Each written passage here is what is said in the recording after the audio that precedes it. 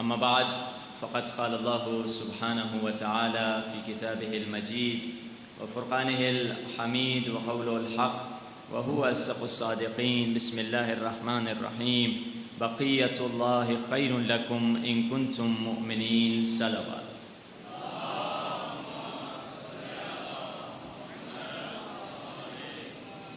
خداوند متعال قرآن مجید میں ارشاد فرما رہا ہے، فلما تجلی ربہ للجبل، جب خدا کے نور کی تجلی پہاڑ پر پڑی تو پہاڑ سرمے میں بدل گیا، کافر جل کے مر گئے، موسیٰ جیسے نبی بے ہوش ہو کر گر گئے۔ اب سوال یہ ہے کہ نور کب چمکا تھا، یہ واقعہ کب کا ہے اور کس موقع کا ہے؟ کافروں نے حضرت موسیٰ سے کہا، اے موسیٰ تمہارا خدا نظر نہیں آتا، دکھائی نہیں دیتا، ہمیں اپنا خدا دکھلا دے۔ موسیٰ نے کہا چلو کوہ طور پہ چلتے ہیں۔ یہ کوہ طور پر آئے اور کوہ طور پہ ایک نور چمکا، جس نور کے چمکنے کے نتیجے میں یہ کافر جل گئے، پہاڑ سرما میں بدل گیا اور موسیٰ جیسے نبی بے ہوش ہو کر گر گئے۔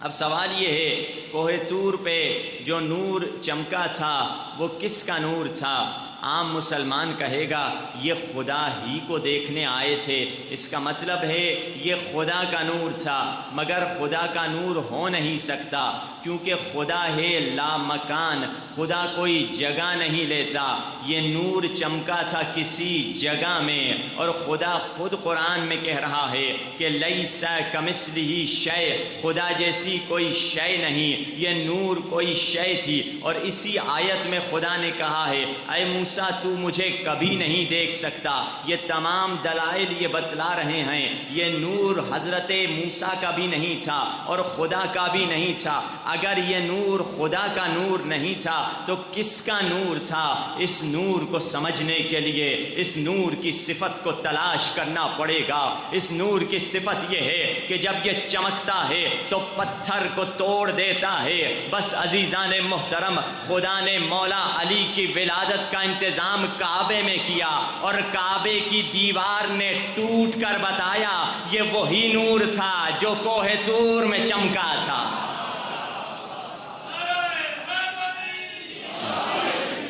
یہ وہی نور تھا جو کوہ طور میں چمکا تھا۔ اہل تسنن کے عالم جلال الدین السیوطی لکھتے ہیں جب رسول اللہ سے پوچھا گیا یا رسول اللہ جو نور کوہ طور میں چمکا تھا وہ کس کا نور تھا؟ فرمایا وہ میرا اور میرے بھائی علی کا نور تھا۔ اسی لیے تو جب فاطمہ بنت اسد آئی ہیں کعبۃ اللہ میں، ایک مرتبہ دیکھا کہ خدا نے بلایا تو ہے مگر میزبان نے میرے آنے کی کوئی تیاری نہیں کی ہے۔ ایک مرتبہ شاعر نے قلم اٹھا کے لکھ دیا، حیرت میں فاطمہ ہیں اندر کدھر سے جائیں۔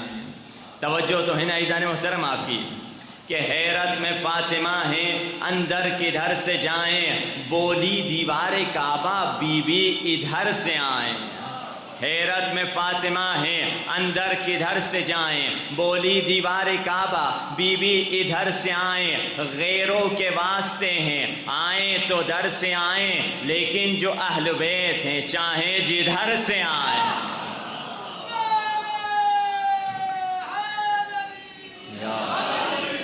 یہ وہ ہستیاں ہیں جن کا یہ مقام ہے کہ ان کی ولادت نہیں ہوئی مگر ان کا فیض انبیاء تک پہنچ رہا ہے۔ تبھی تو ہم ان ہستیوں کے وسیلے سے خدا کی طرف جاتے ہیں، ان ہستیوں سے مدد مانگتے ہیں۔ محرم شروع ہوتا ہے وہ اعتراضات بھی شروع ہو جاتے ہیں جو سوشل میڈیا پہ ہیں کہ تم یا علی مدد کیوں کہتے ہو، تم وسیلے کے قائل کیوں ہو۔ آج آئیے سنیے کہ کس کس نے علی کو مدد کے لیے پکارا، بلکہ آج تورات اور انجیل سے علی کی فضائل کی معراج کر لیجئے کہ آج کی تورات، آج کی انجیل، آج کی زبور کیونکہ قرآن میں خدا کہہ رہا ہے الذین یتبعون الرسول النبی الامی الذی یجدونہ عندہم مکتوبا فی التوراۃ والانجیل، اے مسلمانوں جان لو جس نبی کا تم کلمہ پڑھتے ہو اس نبی کا ذکر تورات میں بھی ملے گا اور انجیل میں بھی ملے گا. اور یہ لفظ یجدونہ مضارع کا صیغہ ہے، یعنی حال پہ اور مستقبل پہ دلالت کرتا ہے،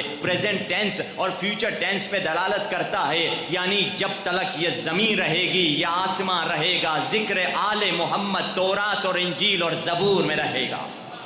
اب یہ مسلمانوں کا کام ہے کہ جائیں اس ذکر کو نکالیں کہاں ان ہستیوں کا ذکر موجود ہے. آئیے ایک آیت انجیل میں سے پڑھ کے بتلا دیتا ہوں آج آپ کی خدمت میں کہ تورات کو اولڈ ٹیسٹامنٹ کہا جاتا ہے انگلش میں، انجیل کو نیو ٹیسٹامنٹ کہا جاتا ہے اور زبور کو سام کہا جاتا ہے، اور ان تینوں کے مجموعے کو ہولی بائبل کہا جاتا ہے جس کو اردو میں کتاب مقدس کہا جاتا ہے. اس کتاب مقدس ہولی بائبل میں انجیل میں سے پڑھ رہا ہوں جس کو نیو ٹیسٹامنٹ کہا جاتا ہے. کون سی انجیل؟ متی کی انجیل، جس کو انگریزی میں کہتے ہیں میتھیو 27 یعنی باب کا نمبر 27 ہے اور ورس نمبر 43 44 46 47 48 49 یعنی آیت نمبر 43 سے لے کر 49 آپ جا کر گوگل میں بھی لکھیں گے یہ آیت آپ کے سامنے آ جائے گی. یہ انجیل سے پڑھ رہا ہوں. آج کی انجیل جس کو تحریف کر دیا ہے، جس کو تبدیل کر دی جا چکی ہے، مگر پھر بھی ذکر اہل بیت اس میں ہے کہ انجیل کے جملے ہیں. اس انجیل سے پڑھ رہا ہوں چیپٹر نمبر 27 ورس نمبر 46 43 سے 49 تک. It was about 3 o'clock when Jesus cried out Eli Eli lema sabachthani.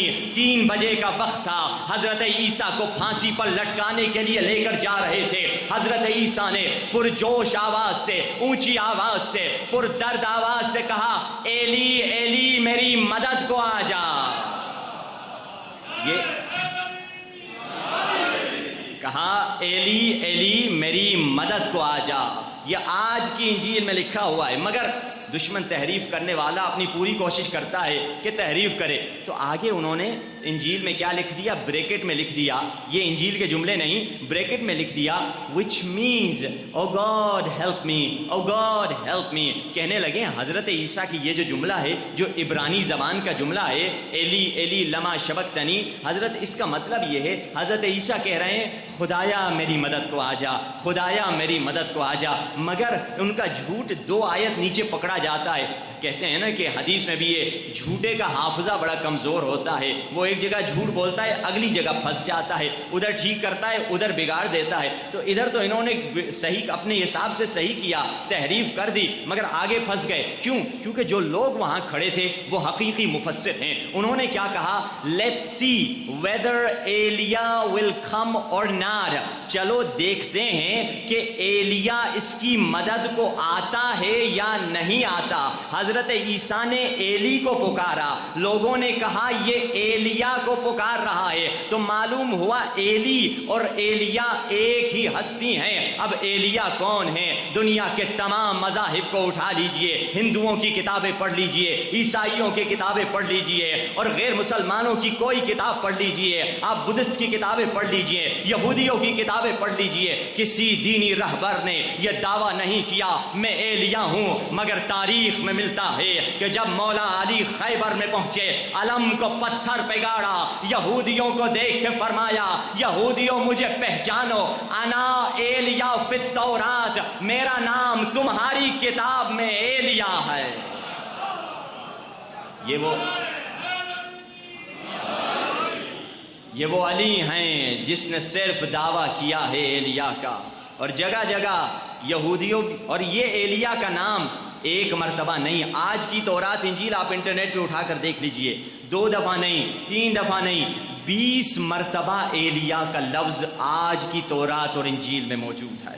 اور آپ دیکھیں گے کہ جب مولا علی کا زمانہ ہے، مولا علی کہیں دریا سے کہیں ایک جگہ سے گزر رہے تھے، سامنے دریا آ گیا، اب ایک مرتبہ دریا کراس کرنا چاہتے ہیں، برابر میں ایک عیسائی راہب بیٹھا ہوا تھا۔ مولا نے راہب سے پوچھ لیا یہاں کوئی کشتی ہے جہاں سے میں راستے کا گزر کر لوں؟ تو راہب نے کہا نہیں، یہاں کوئی کشتی نہیں ہے اور نہیں پل ہے، آپ کو بہت دور جانا پڑے گا، وہاں سے آپ دریا کو کراس کر سکتے ہیں۔ مولا نے فرمایا کوئی مسئلہ نہیں، میں اپنا بندوبست خود کر لوں گا۔ اولی الامر تھے، ہوا کو حکم دیا، ہوا نے علی کے قدم چومے، علی کو اٹھایا، علی کو دریا کے ایک کنارے سے اٹھا کر دوسرے طرف لے کر آ گئی۔ یہ عیسائی راہب یہ منظر دیکھ رہا تھا، عیسائی راہب اپنی جگہ سے اٹھا، مولا علی کو کہنے لگا اے ہوا کے ذریعے سے دریا کے کنارے سے دوسرے طرف آنے والے، ذرا مجھے دیکھ میں کیسے دریا کو کراس کرتا ہوں۔ اب اس عیسائی راہب نے ایک ذکر پڑھنا شروع کر دیا، پڑھتا گیا، اب ایک مرتبہ اس نے دریا پہ قدم رکھا، دریا اس کے لیے زمین بن گیا اور دریا کے پانی پر چلتا ہوا مولا تک پہنچا۔ مسکرا کے مولا کو دیکھتا ہے، مولا اس سے مسکرا کے پوچھتے ہیں جب تم دریا پہ قدم رکھ رہے تھے تم ایک ذکر پڑھ رہے تھے، وہ کیا ذکر تھا؟ کہا یہ آسمانی ذکر ہے، یہ عرشی ذکر ہے، یہ نورانی ذکر ہے، یہ ہماری کتابوں میں آنے والا ذکر ہے جو میں پڑھ رہا تھا۔ اچھا بتاؤ کیا کہہ رہے تھے؟ کہا میں کہہ رہا تھا یا ایلیا یا ایلیا یا ایلیا یا ایلیا یا ایلیا۔ مولا نے پوچھا کیا تو نے ایلیا کو دیکھا ہے؟ کہا نہیں، میں ایلیا کے انتظار میں ہوں۔ ادھر بھی مولا نے فرمایا انا ایلیا فی الانجیل، میرا نام تیری کتاب میں ایلیا ہے۔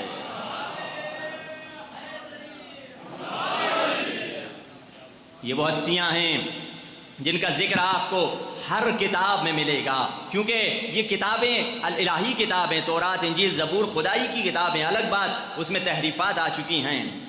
تبھی تو ہم کہتے ہیں علی آسمانوں کا سلطان ہے، علی اصل میں کل ایمان ہے، علی انبیاء کا نگہدار ہے، علی دین کا رہبر و سالار ہے، علی کشتی نوح کا بادباں ہے، علی سورجوں سے بھری کہکشاں ہے، علی آشنا رموز یقین ہے، علی لنگر آسمان و زمین ہے، علی مہتاب جبین بشر ہے، علی آفتاب جہان سحر ہے، علی ہر ولی کا جلی انتخاب، علی ابن عمران، علی بوتراب، علی عرض پر ستون سما ہے، علی قامت و فکر کی انتہا ہے، علی سے دریائے کرم بس گیا، علی کے قدم سے حرم بس گیا، علی رب العالمین کا چہرہ نما، علی وارث مسند حل عطا، علی دل میں اپنی ولا گھول دے، علی مشکلوں کی گرہ کھول دے، علی دست قدرت کا شہکار ہے، علی سارے عالم کا دلدار ہے، علی پردہ آدمیت کا راز ہے، علی عقیدے کی پہلی نماز ہے، علی مشیت خدا کا گھونسلہ، علی مصیبت میں امید و آسرا، علی کو زیب دیتا ہے نبی کا جانشی ہونا، علی کو جشتا ہے مولود کعبہ ہونا، علی بشر کی سمجھ سے بالا ہے، علی لگے زمین پر مگر عرش سے بھی والا ہے۔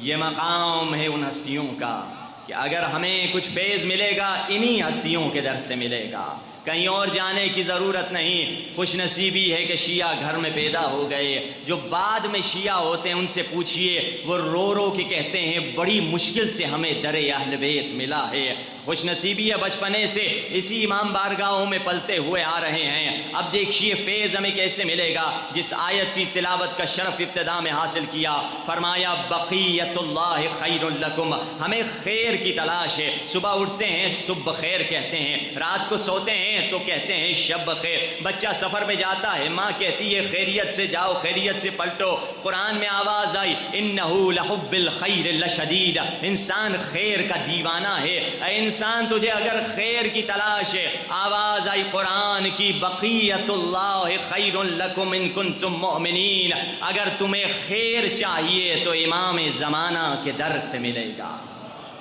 وہ خیر کے دینے والے ہیں، وہیں سے تمہیں خیر ملے گا۔ اب ہم چاہتے اپنی زندگی میں امام زمانہ کی تقرب حاصل کریں، کیونکہ امام زمانہ آئیں گے پہلی شرط یہ ہے انسانوں کی عقل ان کے کمال تک پہنچ جائے گی۔ سونے کو لوگ جا کر اپنے چوک پہ پھینک کر آئیں گے اور سونا اتنا جمع ہو جائے گا پہاڑوں کی طرح ہو جائے گا، پھر کوئی کچرے والا بیلچہ اٹھا کے آئے گا اور اس سونے کو ڈال کے کسی کچرے کے ڈبے میں ڈال کے شہر سے باہر پھینک کے آئے گا، ارے ہم تو ایک ایک سونے کے لیے شادیوں میں لڑ پڑتے ہیں، اس زمانے میں سونا کچرے کی طرح پھینکا جائے گا کیونکہ ہماری عقل ناقص ہے۔ امام آئیں گے، عقلوں کو کمال مل جائے گا، عقلوں کو کمال ملے گا۔ پھر سونا، مولا کا جملہ، ہیرا اور سونے کو مولا کیا کہتے تھے؟ پیلا پتھر اور سفید پتھر۔ اس وقت ہمیں سمجھ آئے گی یہ پتھر ہے، یہ بھی پتھر ہے، وہ کالا پتھر ہے، یہ پیلا پتھر ہے، یہ سفید پتھر ہے۔ اب عقل کیسے کمال تک پہنچے گی؟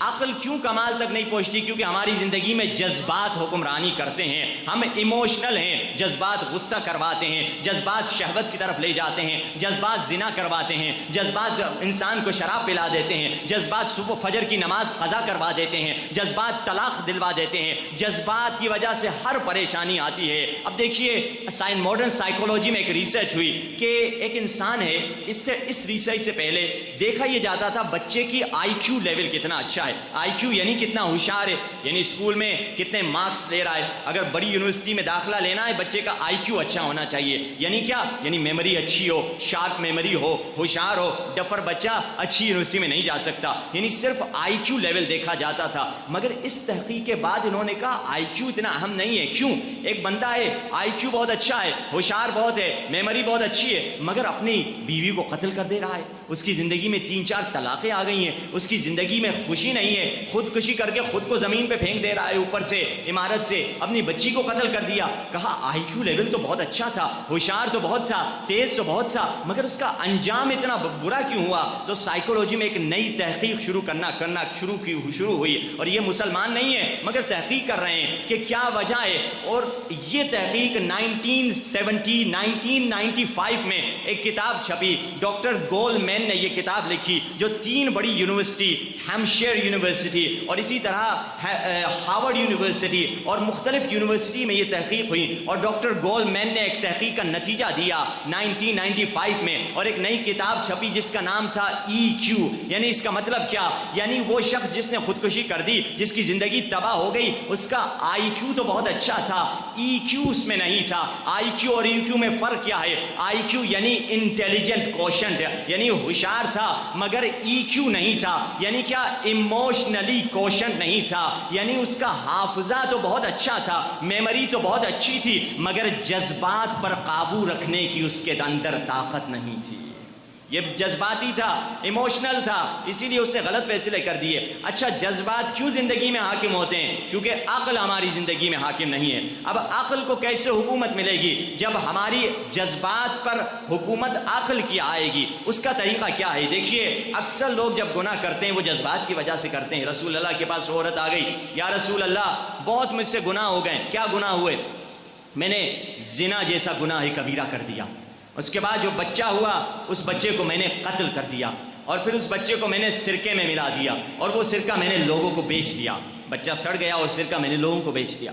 یا رسول اللہ زنا الگ سے کیا، قتل الگ سے کیا، حرام لوگوں کو الگ سے کھلایا۔ یا رسول اللہ کیا میری توبہ ہو سکتی ہے؟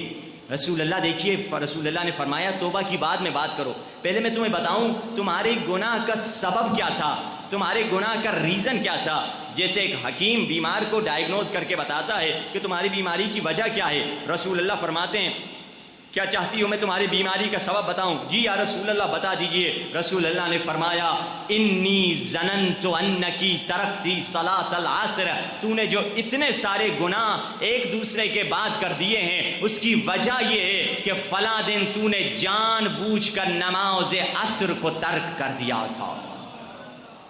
ایک نماز عصر کو ترک کرنے کے نتیجے میں گناہ کا سلسلہ، قرآن کی آواز ہے ان الصلاۃ تنہی عن الفحشاء والمنکر، یہ نماز ہے جو تمہیں برائی سے روکے گی۔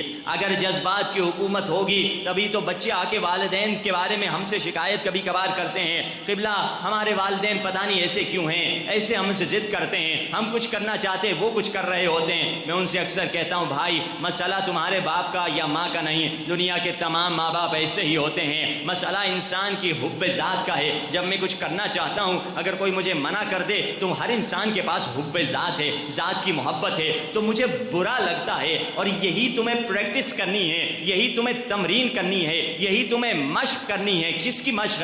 ولایت کی مشق تمہیں کرنی ہے گھر میں۔ جیسے علی کی ولایت ہے، امام زمانہ کی ولایت ہے، باپ کی بیٹے پر ولایت ہے۔ ولایت ایک کلی نہیں ہے کہ باپ تو سورج پلٹا نہیں سکتا، ایک جزئی ولایت ہے کہ جب تک باپ حرام کا حکم نہیں دے رہا تمہیں اپنے باپ کی اطاعت کرنی ہے، کیونکہ باپ کی تم پر ولایت ہے اور حکومت ہے، اور یہ تمہیں مشق دیا گیا ہے۔ جو بیٹا باپ کی اطاعت نہیں کر سکتا وہ امام کی اطاعت بھی نہیں کر سکتا ہے۔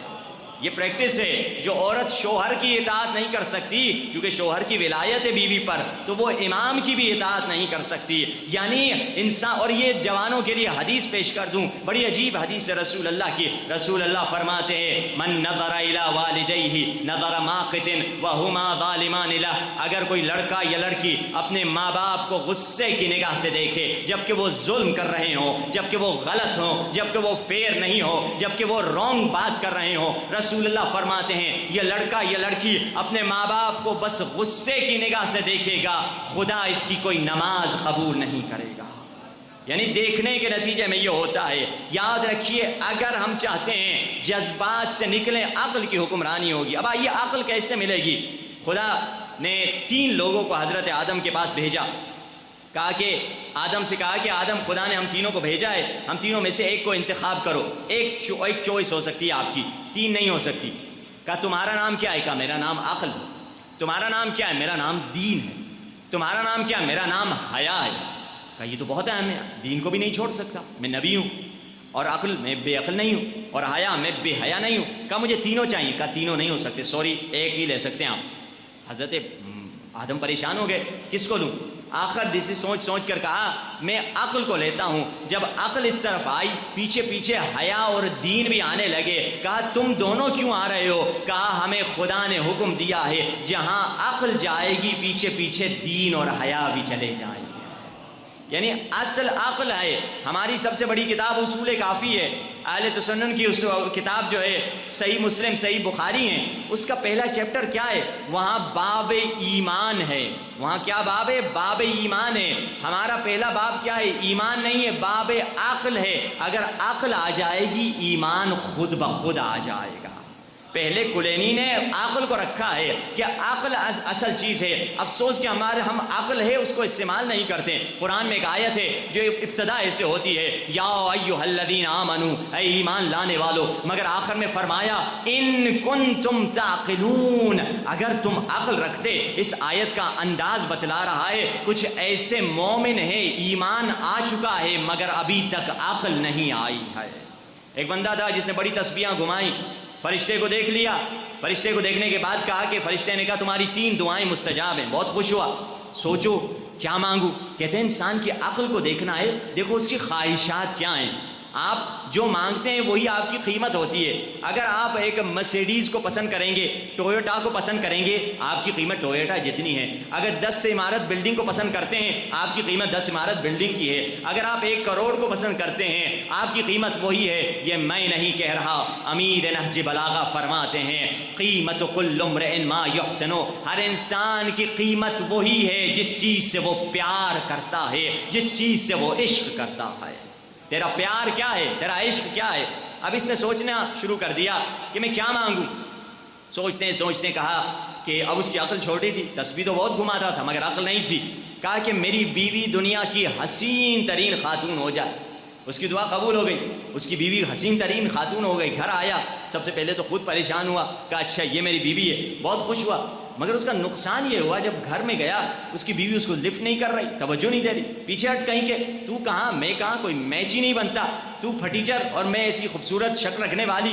یہ غصے میں آ گیا کہ میری وجہ سے اس کو حسن ملا ہے اور اب مجھے ہی ہٹا دے رہی ہے۔ اس نے فرشتے سے کہا فرشتے میری بیوی کو بد شکل ترین خاتون بنا دے۔ پھر گھر آیا، پھر پریشان ہو گیا یہ کون ہے؟ بد شکل ترین خاتون وہی اس کی بیوی بن گئی۔ اب اس کو نہ کھانا مل رہا ہے، نہ روٹی مل رہی ہے، نہ پراٹھے مل رہے ہیں، نہ چپاتی مل رہی ہے، وہ بیوی روتی چلی جا رہی ہے۔ فرشتے کے پاس آ کے کہنے لگا میری ایک حاجت بچتی ہے، اس کو پورا کر لے، میری بیوی جیسے پہلے دن تھی اسے ویسے ہی کر دو۔ اس نے 3 دعاؤں کو ضائع کر دیا، نہ دنیا ملی نہ آخرت ملی، کیونکہ اس کے اندر عقل کی نعمت نہیں تھی۔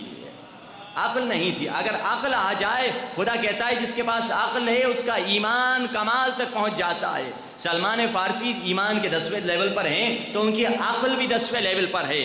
جیسے حاجی صاحب حج سے آئے, لوگ ان سے ملنے کے لیے آئے, آب زمزم لینے کے لیے آئے, تو حاجی صاحب نے لوگوں سے کہا کہ جانتے ہو کعبۃ اللہ میں کتنے اسپیکر تھے؟ کہا ہمیں پتہ نہیں, کیا پتہ کتنے اسپیکر ہوں گے. کہا کعبۃ اللہ میں 770 اسپیکر لگے ہوئے تھے. کہا 770, آپ کو ضرور یہ معلومات کسی نے دی ہوگی ادھر. کہا نہیں, میں نے پورا چکر لگایا, پہلی فلور کا اسپیکر گنے, پھر دوسری فلور پہ گیا اسپیکر گنے, باہر نکلا گلی کوچوں میں اسپیکر گنے. کسی نے کہا حاجی صاحب آپ حج کرنے گئے تھے یا اسپیکروں کی گنتیاں لگانے گئے تھے؟ یعنی حاجی تو بن گیا مگر عقل نہ آ سکی ہے اس کے پاس. انسان اور آگے بڑھیں, ذرا قریب ہو کر بات کریں. کبھی کبھار ہم خود چاہتے ہیں زیارتوں پہ, ہم قم ہوتے ہیں, زیارتوں پہ لوگ آتے ہیں پاکستان سے, کہتے ہیں قبلہ یہ سنا ہے یہ قم کا سوہان بڑا مزیدار ہوتا ہے, وہ دلا دیجئے. پتہ نہیں مشہد کے پستے, پتہ نہیں ایران کے پستے بڑے اچھے ہوتے ہیں, وہ دلا دیجئے. وہ زعفران مشہد کا بڑا اچھا ہوتا ہے. میں پوچھتا ہوں یہ کیوں لے رہے ہو؟ کہتے ہیں جائیں گے جب لوگ ملنے آئیں گے تو ہم ان کو گفٹ دیں گے. میں اکثر ان سے کہتا ہوں آپ نے پستے دے دیے, پتہ نہیں سوہان دے دیا, وہ کھائے گا, ایک ڈکار مارے گا, کہے گا شکریہ بہت اچھا, محمد بھائی نے بہت اچھا ہمارے لیے سوہان لے کر آئے. اس کے بجائے ایسے کرو, ایک دعا کی کتاب لے کر جاؤ. آپ سو رہے ہوں گے اپنے بستر پہ, وہ نماز شب کے بعد زیارت عاشورہ پڑھ رہا ہوگا, فری میں وہ ثواب آپ کے اکاؤنٹ میں آتا چلا جائے گا. انسان وہ کام کرے عقل کے حساب سے. کربلا سے جاتے ہو تو کفن لے کر آؤ, مگر اگر کوئی میاں اپنی بیوی کے لیے کربلا سے کفن لے کر آئے, دیکھیے گھر میں کیا شامت آئے گی کہ اس کی جو بیوی ہوگی کہے گی تو مجھے مارنے کے پیچھے لگ گیا ہے, کربلا سے کچھ اور لے کر آ جاتے, کوئی ڈریس لے کر آتے, عبایا لے کر آ جاتے, کم بخت کفن کیوں لے کر آئے ہو؟ کیوں؟ کیونکہ ہماری عقل کمال تک نہیں پہنچی. 5 برس کے بچے سے کہوں گا تمہیں شادی کرنی ہے یا چاکلیٹ چاہیے, تو بچہ کہے گا مجھے چاکلیٹ چاہیے. مگر یہی 5 برس کا بچہ جب 18 سال کا ہو گیا, اب میں نے اس سے پوچھا چاکلیٹ چاہیے یا بیوی چاہیے, کہے گا مولانا یہ کیسا تقابل کر رہے ہیں, کہاں یہ کہاں وہ, آپ میری شادی کروا دیجئے. کیا ہوا؟ کیونکہ اس کا جسم بالغ ہو گیا ہے تو اس کی پسند تبدیل ہو گئی ہے. ہم سب کے جسم تو بالغ ہیں مگر عقل ابھی تک بالغ نہیں ہوئی ہے. جسم بالغ ہو چکے ہیں, سب بالغ ہے جسم, بچے ہیں ہمارے پاس, شادیاں کر لی ہیں, مگر عقل بلوغ تک نہیں پہنچی ہے.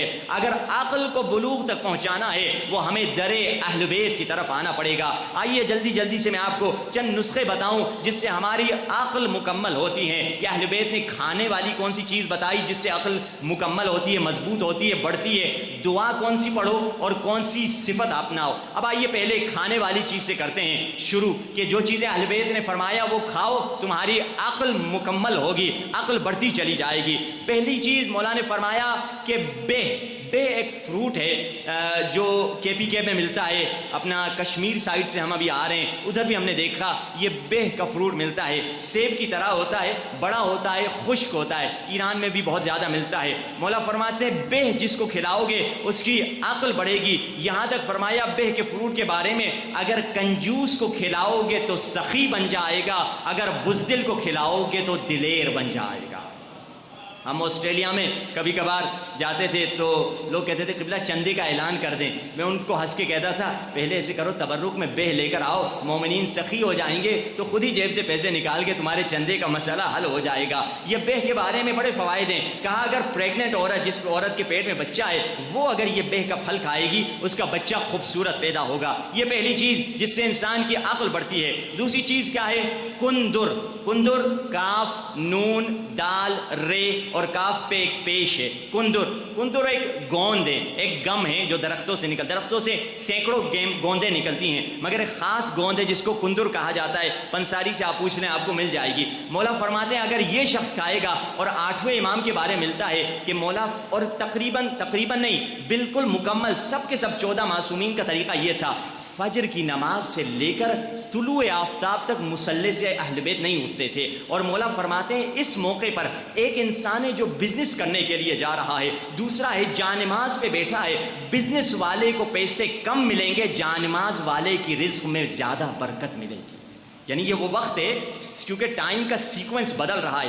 فجر نہ رات ہے نہ دن ہے، رات اور دن کے درمیان کا ایک خاص ٹائم ہے، یعنی رات سے سیکوینس بدل رہا ہے، دن میں داخل ہو رہے ہیں، اسی لیے کہا اس وقت ضرور عبادت میں گزارو اور بیکار کام نہ کرو اور سویا نہ کرو، کوشش کرے انسان اس ٹائم نہ سوئے۔ اب آئیے دیکھیے اس ٹائم پہ مولا فجر کی نماز سے طلوع آفتاب تک 8ویں امام عبادت کیا کرتے تھے، اور جب جانماز سے اٹھتے تھے پہلے کام کیا کرتے تھے، کندر چبایا کرتے تھے۔ کندر ایک گوند ہے، اس کو چبایا جاتا ہے، پھر تھوک لیا جاتا ہے، یا نگل بھی سکتے ہیں، کوئی حرج نہیں ہے۔ تو اب اس گوند کے بارے میں بتلایا گیا ہے، اس سے تمہاری عقل بڑھے گی، مگر اس کے اور فائدے بھی ہیں۔ اب دیکھیے کتنی عجیب اور گہری حدیث ہے۔ مولا فرماتے ہیں کہ اگر پریگننٹ عورت، جس عورت کے پیٹ میں بچہ ہے، اگر یہ گوند کھائے گی، اگر اس کا لڑکا پیدا ہوگا تو دلیر پیدا ہوگا، اگر لڑکی پیدا ہوگی تو اپنے شوہر کے دل میں جگہ بنانے والی لڑکی پیدا ہوگی۔ میں قربان جاؤں امام کی عظمت کر، مولا کو ہماری صحت کا خیال ہے، ہمارے بچوں کی صحت کا خیال ہے،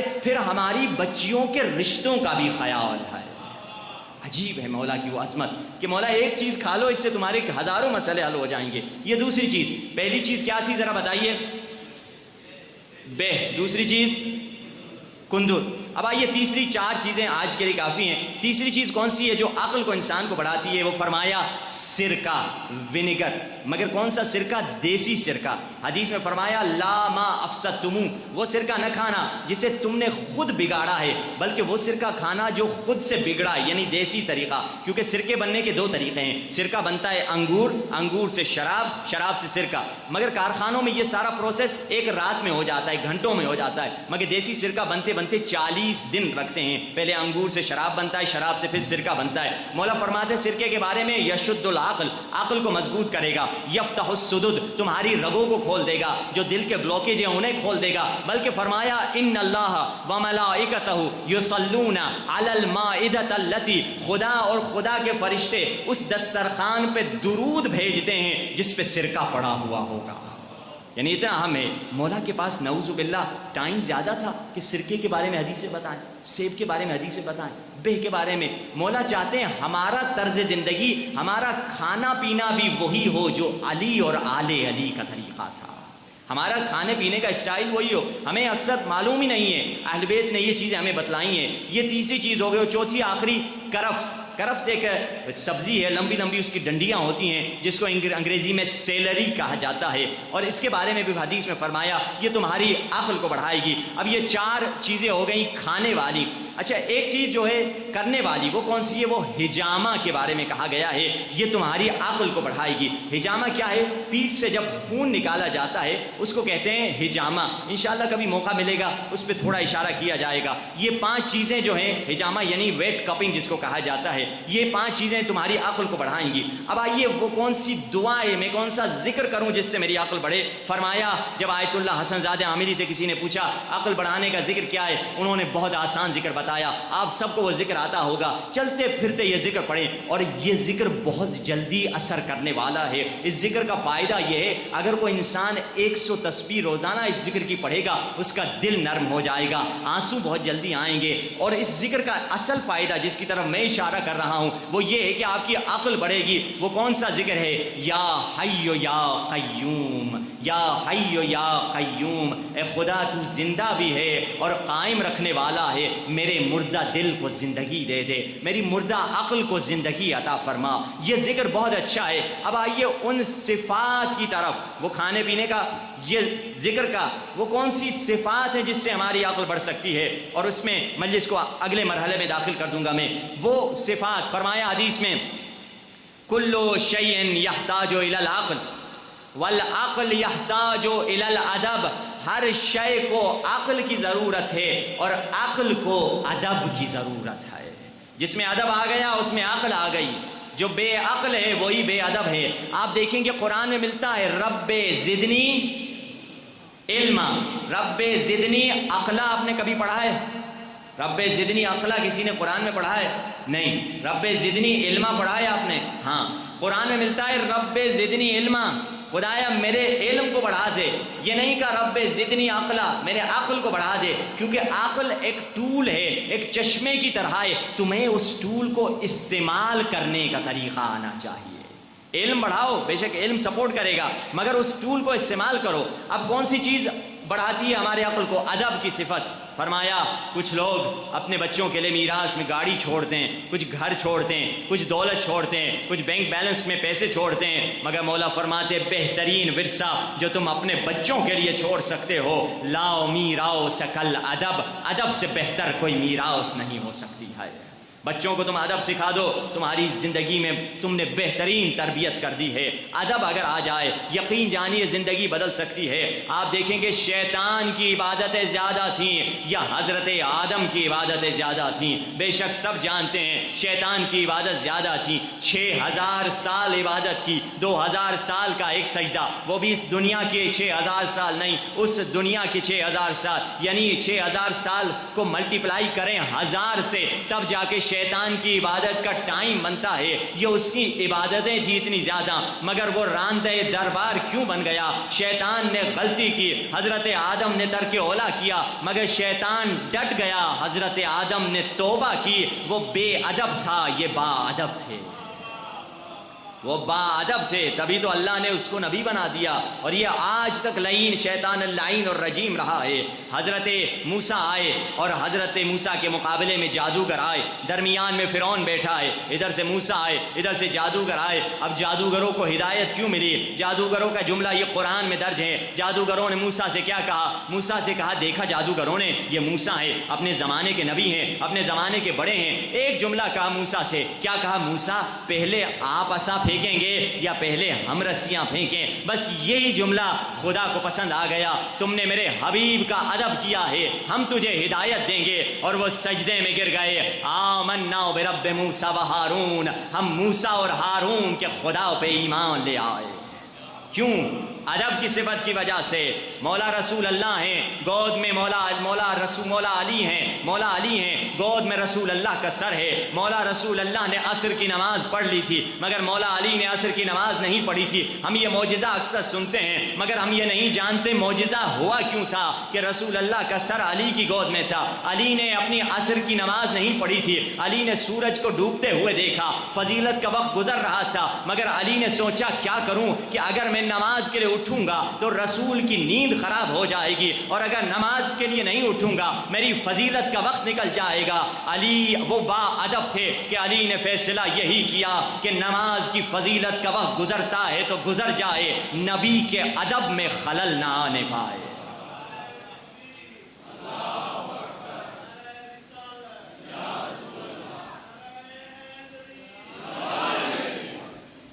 نبی کے ادب میں خلل نہ آنے پائے۔ رسول اللہ اٹھے، یا علی عصر کی نماز آپ نے پڑھی؟ نہیں یا رسول اللہ، آپ سو رہے تھے، میں نے آپ کو جگانا مناسب نہیں سمجھا۔ اس وقت وہ معجزہ ہوا جس کو ہم سورج کو پلٹانے کا معجزہ کہتے ہیں، یعنی سورج اگر پلٹا ہے تو ادب علی کی وجہ سے پلٹا ہے۔ وہ ادب کی صفات اہل بیت کی ہر جگہ نظر آتی ہیں، اور اگر ادب کو دیکھنا ہے تو واقعہ کربلا میں دیکھیے، حر نے 2 جگہ ادب سکھائی ہے۔ حر نے جب حسین کی سواری کو پکڑ لیا، حسین چاہتے تھے اس کے ادب کو آزمائیں، کہا تیری ماں تیرے جنازے پر روئے۔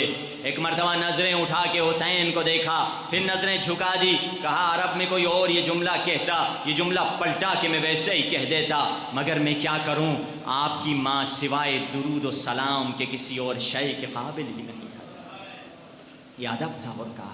اور اسی طرح جب نماز کا وقت آیا، حر دشمن کی فوج کا سپہ سالار تھا، اپنی نماز خود قائم کر سکتا تھا، مگر آ گیا فرزند زہرا، آپ کی موجودگی میں کیسے نماز جماعت پڑھاؤں؟ علماء کہتے ہیں اگر ادھر اپنی جماعت قائم کر لیتے حر، اور اگر ادھر حسین کو پلٹا کے جواب دیتے تھے، حر کو کبھی ہدایت نہ ملتی۔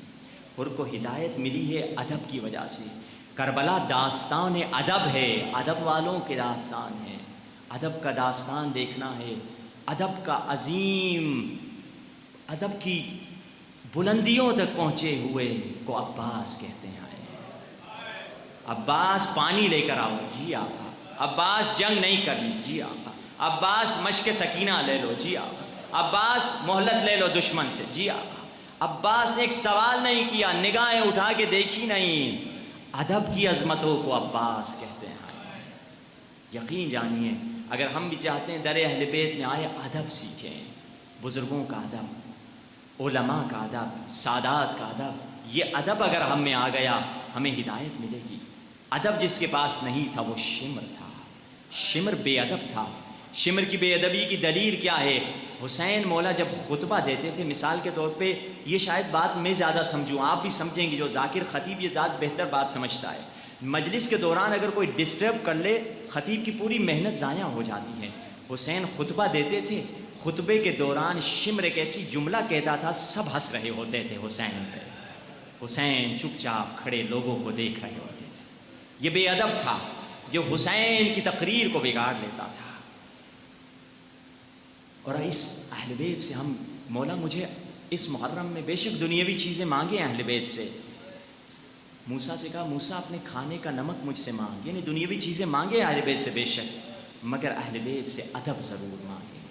میں اپنے امام زمانہ سے وہ ادب کروں جو عباس نے اپنے امام زمانہ سے کیا تھا۔ ہاں عزیزو، یہ گریے کے دن ہیں، آئیں وہ گریہ کریں جس سے گناہ مٹ جاتے ہیں۔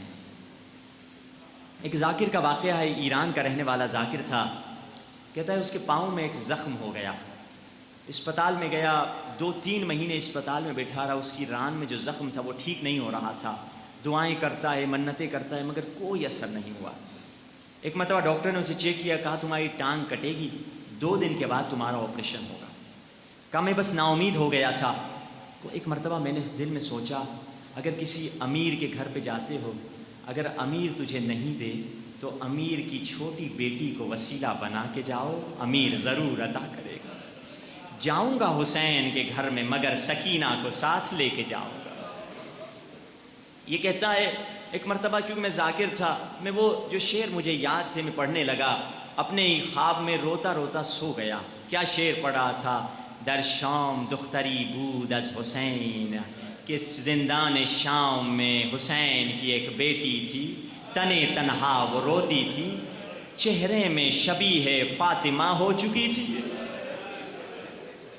وہ مریم و آسیہ کی ثانی تھی۔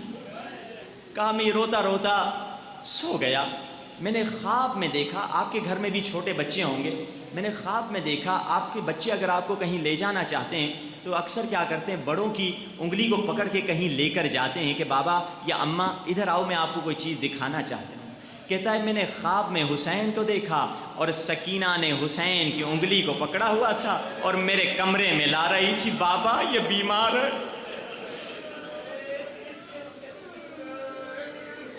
کہا حسین کمرے میں آئے، حسین نے مجھے کہا کہ تو میری بیٹی سکینہ کے مسائل پڑھ رہا تھا؟ جی آقا میں پڑھ رہا تھا۔ ذرا پھر سے پڑھو۔ کہتا ہے میں نے پھر سے پڑھا، شہر شام دختری بود از حسین، شہر شام میں حسین کی ایک بیٹی تھی، تنے تنہا وہ روتی تھی، چہرے میں شبیہ فاطمہ ہو چکی تھی، وہ مریم و آسیہ کی ثانی تھی۔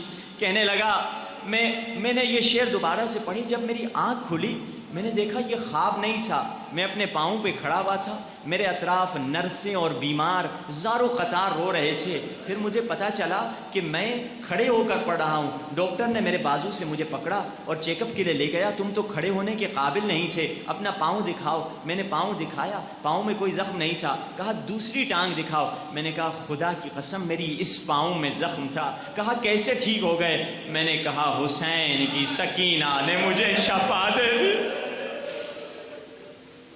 حسین کی سکینہ نے مجھے شفا دے دی۔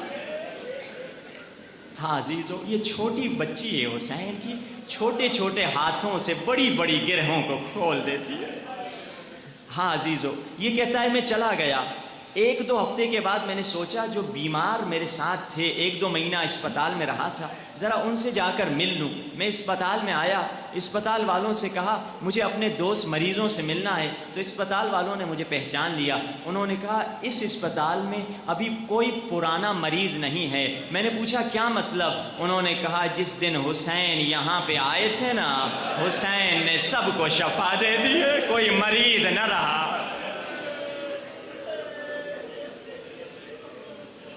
ہاں زہدارو، آج اس بچی پہ گریہ کرتے ہیں۔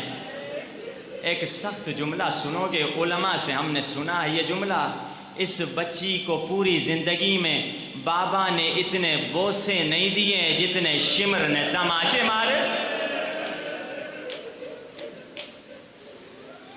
السلام علیک یا ابا عبداللہ، السلام علیک یا ابن رسول اللہ۔ بس ایک روایت کی زحمت ازادار، جس نیزے پہ میرے آقا حسین کا سر تھا، کربلا سے شام کے راستے میں وہ پتھر میں گڑ گیا۔ سپاہی نے بہت کوشش کی نیزہ نکالے مگر نیزہ نہ نکلا۔ سپاہی نے شمر سے کہا حسین کا سر، وہ نیزہ جس پہ حسین کا سر ہے زمین میں پھنس گیا ہے، نہیں نکلتا۔ شمر نے کوشش کی مگر نہ نکلا۔ جانتے ہو شمر نے کیا ظلم کیا؟ شمر نے ہاتھ میں تازیانہ اٹھایا اور پشت سجاد پہ یوں زور زور سے برسایا۔ سید کی پیٹھ لہو لہا ہو گئی۔ کہا سجاد اپنے بابا سے کہو آگے کیوں نہیں جاتا؟ سید سجاد جھکی ہوئی کمر کے ساتھ اٹھے، نیزوں سے گزرتے چلے گئے۔ سر اٹھا کے دیکھا، ارے یہ تو بھیا علی اکبر کا سر۔ آگے گئے، سروں سے گزرتے چلے گئے، بابا کے سر کے قریب پہنچے، سر اٹھا کے نیزے کو دیکھا، ایک درد بھرا جملہ کہا۔ کیا کہا؟ کہا بابا بابا بابا اب میری پیٹھ میں طاقت نہ رہی، شمر کے تازیانوں کو برداشت نہیں کر سکتا۔ بابا آپ آگے کیوں نہیں جاتے؟ یا کٹی ہوئی گردن سے آواز آئی، سجاد سجاد میری سکینہ اونٹ سے گر گئی۔ اللہ جانے سیدانی اونٹ سے کیسے گری،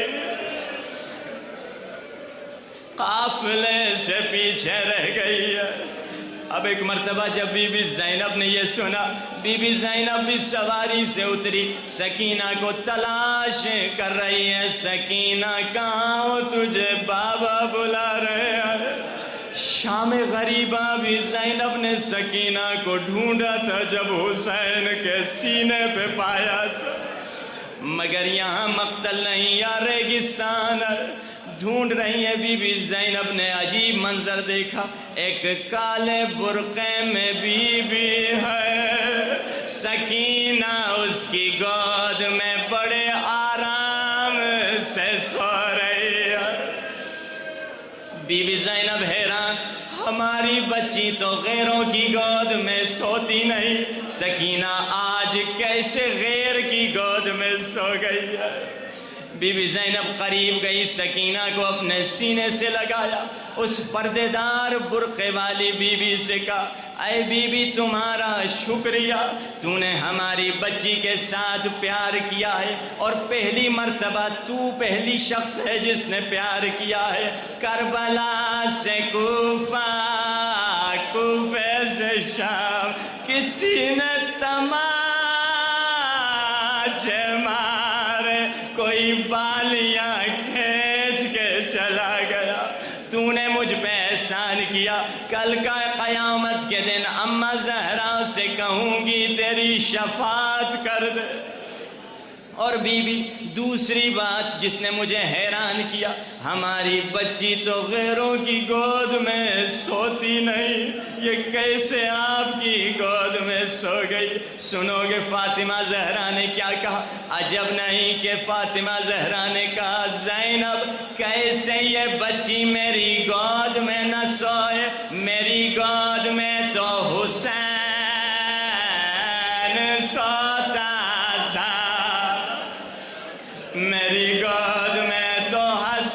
سوتا تھا۔ بی بی زینب حیران، یہ کون بی بی ہے جو اس انداز سے کہہ رہی ہے؟ کہا بی بی آپ کون ہیں؟ آپ کی آواز بھی سنی سنائی لگ رہی ہے۔ کہا زینب تو نے مجھے نہیں پہچانا، میں تیری دکھیاری ماں فاطمہ زہرا ہوں۔ جب حسین مدینے سے چلے میں جنت البقیع سے چلی۔ اب آزادہ رو جیسے زینب نے دیکھا اماں آ گئی، اب جو جگر میں زخم تھے وہ زباں پہ آئے۔ کہا اماں اماں میرے عباس کے بازو کٹے، اماں میرے اکبر کے سینے پہ برچھی لگی، اماں میرے قاسم کی لاش پامال ہوئی، اماں میرے اصغر کے گلے پہ تیر لگا، اماں میں 70 قدم سے دیکھ رہی تھی ظالم ضرب مارا تھا۔ سن سکو گے فاطمہ زہرا نے کیا کہا؟ فاطمہ زہرا نے کہا زینب تو 70 قدموں سے دیکھ رہی تھی، مگر زینب جب شمر گلا کاٹ رہا تھا حسین کا سر میری